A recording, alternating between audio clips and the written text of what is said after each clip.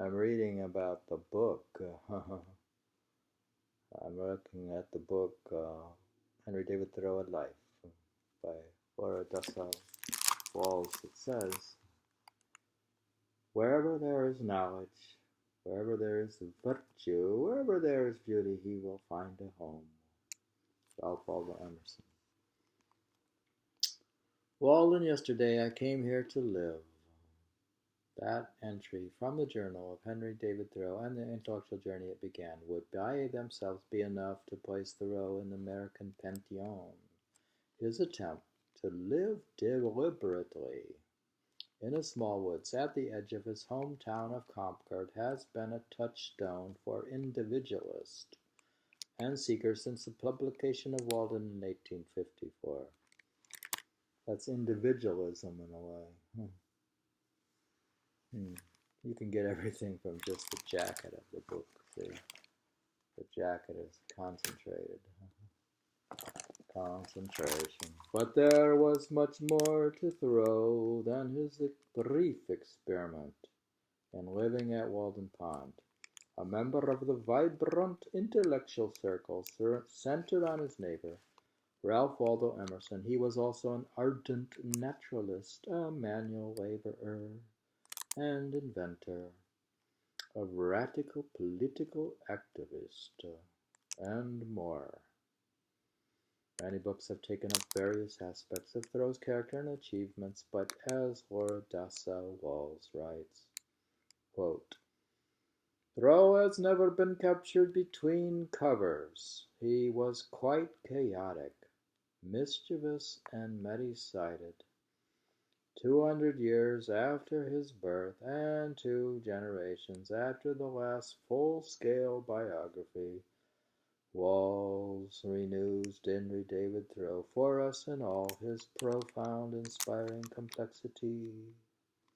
Drawing on Thoreau's copious writings, published and unpublished, Walls presents the Thoreau vigorously alive, full of quirks and contradictions, the young man scattered by the sudden death of his brother, the ambitious Harvard College student, the ecstatic visionary who closed Walden with an account of the regenerative power of the cosmos.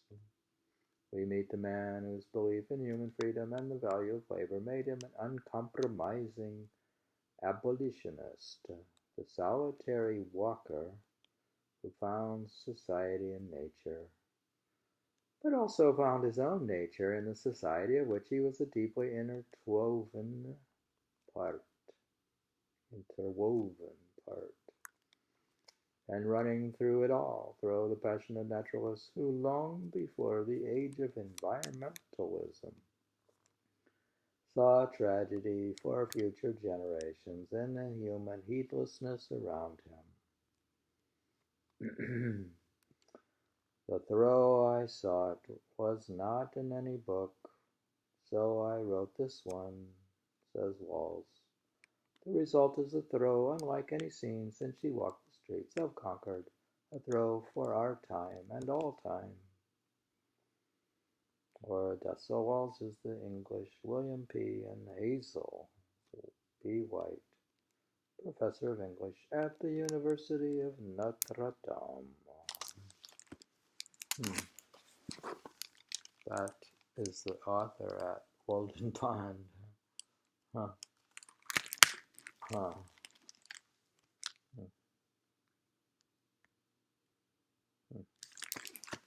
Looking at the book, it's a definitive biography with grace and scholarly rigor. Holds the center, no means achievement in a work through old pages. Move the great figures and cataclysmic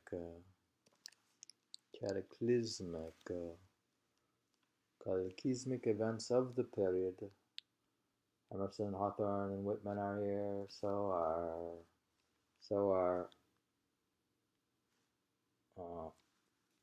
are Frederick Douglass and John Brown.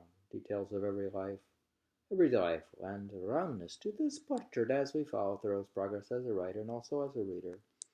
The wonder is that given her book's richness, Walls still leaves the reader eager to read Thoreau. Now we're eager to read Thoreau as a result of reading this book. Her scholarly blockbuster is an awesome achievement, a merger of comprehensiveness in content and pleasure with pleasure in reading. Publishers Weekly. Laura Dassow Walls has written a grand, big-hearted biography as compulsively readable as a great 19th century novel, chock full of new and fascinating detail about Thoreau, his family, his friends, and his town. Walls' magnificent landmark achievement is the best all-round biography of Thoreau ever written. It not only brings Thoreau vividly back to life, it will fundamentally change how we see him. We will hear no more about the hermit of Walden Pond.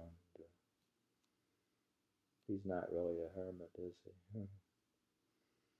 Walls has given us a new, socially engaged Thoreau for a new era, a freedom fighter for John Brown in America, and a necessary prophet and spokesman for Concord, Massachusetts, and the planet Earth.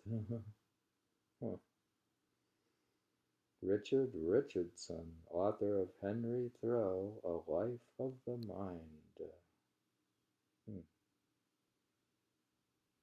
This book is from the University of, I think, Columbia. No, Chicago. Chicago University Press. Chicago stole this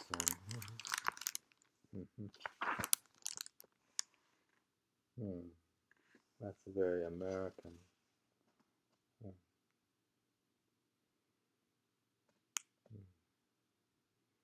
To Richard Van Dassow, artist and poet who went before, be thou my muse, my brother. Seems her brother is our muse.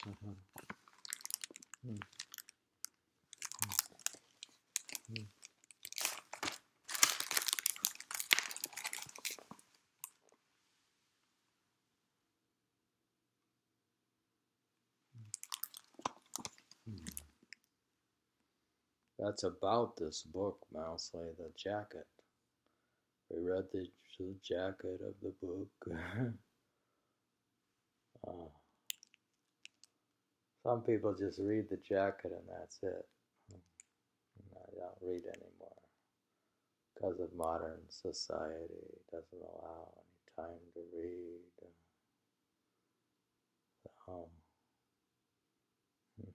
We just read the cover.